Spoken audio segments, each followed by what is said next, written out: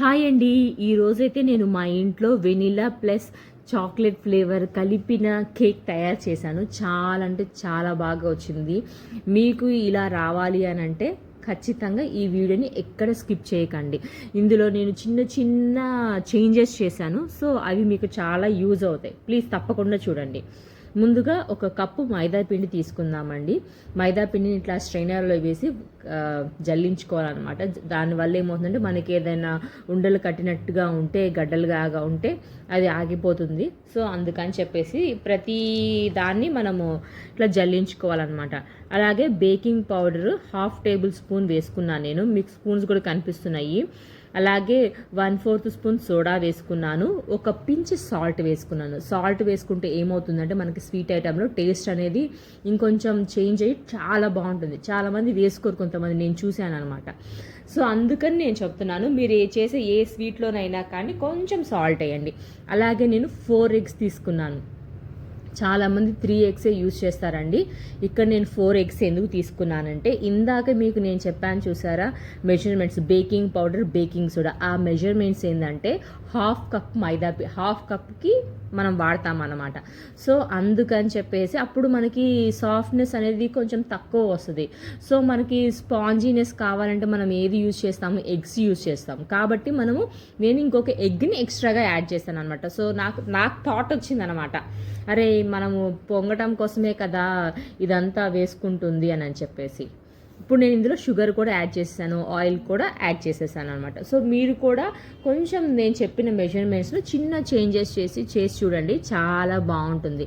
మీకు టేస్ట్ అయితే a difference రాదు. మనకి బేకింగ్ సోడా, బేకింగ్ పౌడరు హెల్త్కి మంచిది కాదు, ఆ విషయం మనకు తెలుసు. కానీ కొన్ని ఇంగ్రీడియంట్స్లో తప్పదు, వేయాల్సి వచ్చింది. సో ఇట్లాగా మీరు ఈ రెండింటిని క్వాంటిటీ తగ్గించుకొని ఒక ఎగ్ని యాడ్ చేశారనుకోండి, టేస్ట్ అనేది మనకి ఏం డిఫరెన్స్ రాదు. ఆ పొంగటం కూడా చాలా బాగుంటుంది అన్నమాట. కాకపోతే మనకి ఇందులో ఏమవుతుందంటే వెనీలా ఎసెన్స్ కొంచెం ఎక్స్ట్రాగా వేసుకోవాలి. ఇందులో వెనీలా ఎసెన్స్ వచ్చరికి నేను 2 స్పూన్స్ వేసాను, 1 స్పూన్ వేయలేదు, 2 స్పూన్స్ వేసాను అనమాట. ఈ బ్యాటర్ని కూడా నేను కొంచెంగా వేసుకొని కలుపుకుంటున్నాను. ఒకేసారి వేస్తే అది ఎగిరి పక్కన పడుతుంది అనమాట. లాస్ట్ టైం చేసినప్పుడు నేను చాలా ప్రాబ్లం ఫేస్ చేశాను. సో ఇప్పుడు కూడా కొంచెమే వేస్తున్నాను, అయినా కానీ కొంచెం చిందితూనే ఉంది పక్కకి. So it's okay. కొన్ని కావాలనుకుంటే మనకు కొన్ని తప్పవు అనమాట. సో అందుకని కొంచెం వేసుకుంటూ నేను బ్యాటర్ కలుపుకున్నాను. చూడండి, నాకు మిక్సీ కంటే విస్కర్తోనే బాగా అనిపించింది కేక్ టెక్స్చర్ అదంతా. అంతకుముందు నేను మిక్సీతో చేశాను. సో నాకు మిక్సీతో చేసినప్పుడు నాకు అంత అనిపించలేదు. సో నాకు విస్కరే నాకు బాగా అనిపించింది అనమాట. మీకు పర్ఫెక్ట్ కేక్ కావాలి అనుకుంటే మీరు ఖచ్చితంగా విస్కర్ని యూజ్ చేయండి. మనకి ఇప్పుడు కాస్ట్ తక్కువలోనే వస్తుంది, 1000 రూపీస్ బిలోలోనే ఇప్పుడు విస్కర్లు వస్తున్నాయి. కాబట్టి మనం ఎవరమైనా పర్చేస్ చేయొచ్చు అనమాట. నేను ఇప్పుడు ఈ బ్యాటర్ని 2 పార్టీషన్స్గా తీసుకుంటాను సపరేట్ బౌల్స్లో. ఎందుకంటే ఒక దాంట్లో చాక్లెట్ పౌడర్ కలపాలి. అలాగే ఈ చాక్లెట్ పౌడర్ చూడండి, నేను ఈ కోకో పౌడర్ వచ్చేసరికి 1 టేబుల్ స్పూన్ తీసుకున్నానండి. మీరు కావాలంటే ఇంకొంచెం ఎక్స్ట్రా అయినా వేసుకోవచ్చు, అది మన ఇష్టం అనమాట. అలాగే ఇందులో కొంచెం నేను ఒక 1/2 స్పూను దాకా షుగర్ పౌడర్ వేసాను అనమాట. మళ్ళీ ఈ కేక్ ఇది చేదుగా అది స్వీట్గా కొంచెం బాగుంటుందో బాగోదో ఎందుకులే అని చెప్పేసి, అందరికీ నచ్చాలి కదా, ఇంట్లో ఉన్న అందరికీ మెయిన్ పెద్ద టాస్క్ అది, ఇంట్లో అందరికీ నచ్చటం అనమాట. అందుకు ఇప్పుడు నేను బాండీ పెట్టేసేసుకున్నానండి. అందులో సాల్ట్ వేసుకున్నాను. ఈ సాల్ట్ నేను దాదాపు ఒక 15-16 టైమ్స్ యూజ్ చేస్తుంటాను అనమాట. దాన్నే మళ్ళీ రీయూజ్ చేస్తున్నాను. దీన్ని ప్రీహీట్ చేసుకొని పెట్టుకోవాలి మనము. ఇది అలాగే నేను దీనికి ఆయిల్ రాసేసి బటర్ పేపర్ కూడా వేసి పెట్టేశాను. ఫస్ట్ నేను దీని దగ్గరలో చాక్లెట్ వేస్తున్నానండి. ఇక్కడే నాకు కొంచెం ఇదైపోయింది, మెస్సీ అయిపోయినట్టు అనిపించింది. నాకు వేయటం సరిగ్గా కుదరలేదు, బట్ టేస్ట్ అయితే బాగుంది. ఓవరాల్గా మనకు కావాల్సింది అదే కదా, కానీ లుక్ కూడా బాగుండాలి కాబట్టి లుక్ కూడా చాలా బాగుందండి. ఇంకా నాకు కుదరట్లేదు అని చెప్పేసి ఎట్లా మెస్సీగా వేసేసాను. మనకు టేస్ట్ పర్ఫెక్ట్ రావాలి, అది మన టార్గెట్ అంతే అని. సో ఇట్లా ఫస్ట్ తర్వాత చాక్లెట్, తర్వాత వెనీలా అది బ్యాటర్, తర్వాత మళ్ళీ చాక్లెట్ది అట్లా వేస్తూ ఉన్నానండి. చూడండి, మీకే తెలుస్తుంది కదా. కేక్కి నేను ఒకట్లాగా ఎక్స్పెక్ట్ చేస్తే అది ఇంకోలాగా అంటారు కదా, అనుకున్నది జరిగితే ఇంకేముంది చెప్పండి. చాలా బాగా వస్తుంది.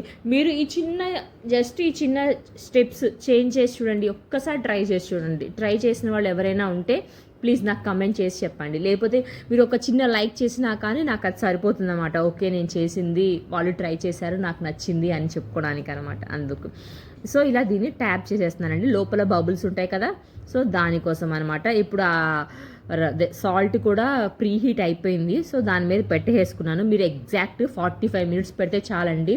మీరు మధ్యలో చెక్ చేసుకోవాల్సిన పని, డైరెక్ట్గా స్టవ్ ఆఫ్ చేసేసి పుల్లగుచ్చి చూడండి, మీకు కరెక్ట్గా వచ్చేస్తుంది అనమాట. మీకు ఇంకా నో డౌట్ అనమాట, ఉడకదో ఎందుకు స్టవ్ అన్ని డౌట్ అవసరం లేదు. నేను స్టవ్ ఆఫ్ చేసి చూపిస్తున్నాను మీకు. చూడండి, పుల్లతో అస్సలకి టచ్ అవ్వలేదన్నమాట. అలాగే నేను చేతితో కూడా పట్టుకొని చూశాను, టచ్ అయిద్దేమో ఎక్కడైనా. చూడండి, నా చేతికి ఏమీ అంటలేదు. ఆయిల్ కూడా ఎక్కువ లేదు. చూస్తున్నారు కదా, మామూలుగా మనం టచ్ చేస్తే కొంచెం ఆయిల్ అనేది కేక్కి ఎక్కడైనా తెలుస్తుంది.